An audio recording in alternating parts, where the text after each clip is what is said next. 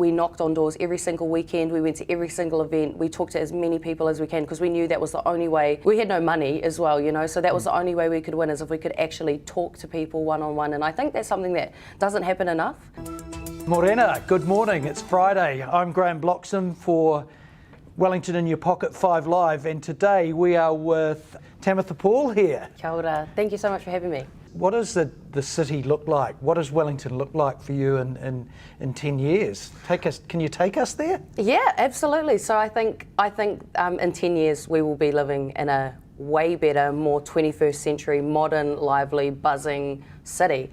Now, I know a lot of people are very frustrated with Let's Get Wellington Moving, but I think if we are able to do that properly, I think that will really change not only how we move about the city, but also who can live here. You know, you could have hospital workers and university cleaners living in the city again. You could really diversify who lives here and who the city is for. You could have people moving about in a way that's not constrained to just their private vehicles. It's moving in public transport that's reliable and affordable and turns up on time, which I've never been able to see in my time here in Wellington, but I'm hopeful that it can be done. I think there will be a lot more housing. The city, the central city itself, will be different, and it will be more catered around people, because I do feel that it is dominated by cars, and it makes it not the best place to move about or feel safe or interact with others in. So I think there are lots of different pieces. There's Let's Get Wellington Moving, there's the district plan, there's the 3 water reforms. There's a lot going on. Whether we like them or not, I think they're all opportunities to shape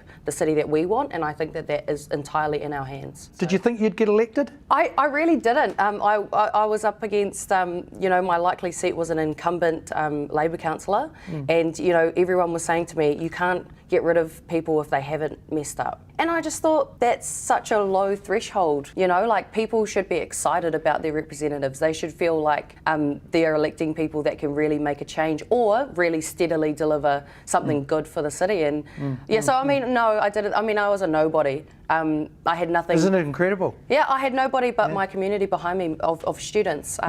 We knocked on doors every single weekend, we went to every single event, we talked to as many people as we can, because we knew that was the only way. We had no money as well, you know, so that was the only way we could win, is if we could actually talk to people one-on-one. And I think that's something that doesn't happen enough.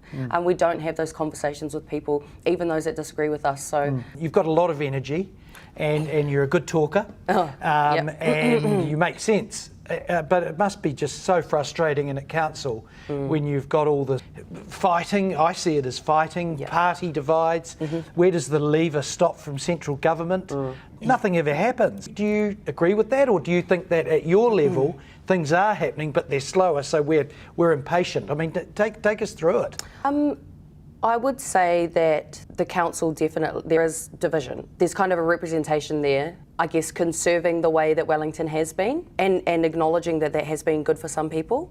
And then there's also new ways of thinking and new ways of wanting the city to move. And I think this whole term, or the last 2 years, has been a battle of ideologies on both sides, I'd say. And I think the reason it seems like nothing is happening, and it's extremely and incredibly frustrating, is because we are turning the tide, I think, on the way that things have been done historically, the way that people have lived and the types of houses that they've lived in, the way that we've moved about, as I've said, the way that we interact with each other again. So I think we are at a bit of a turning point, and some issues that weren't here before have come about. And I think more team spirit would go a long way to being able to do more for Wellington. Team spirit in the council. Yeah, in the council.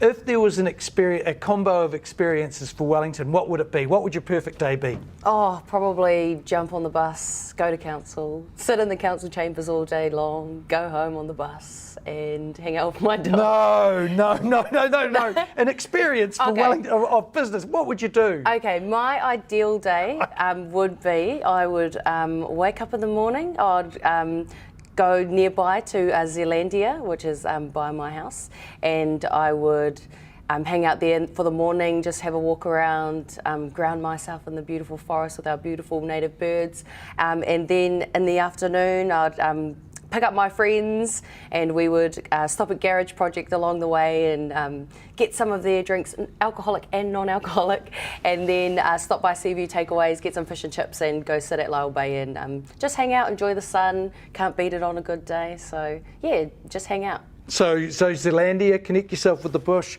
get some fish and chips. Yeah. Garage project and non-alcoholics. Yeah. And then hang out at the beach. What a day. Yeah, beautiful day, Awesome. perfect day.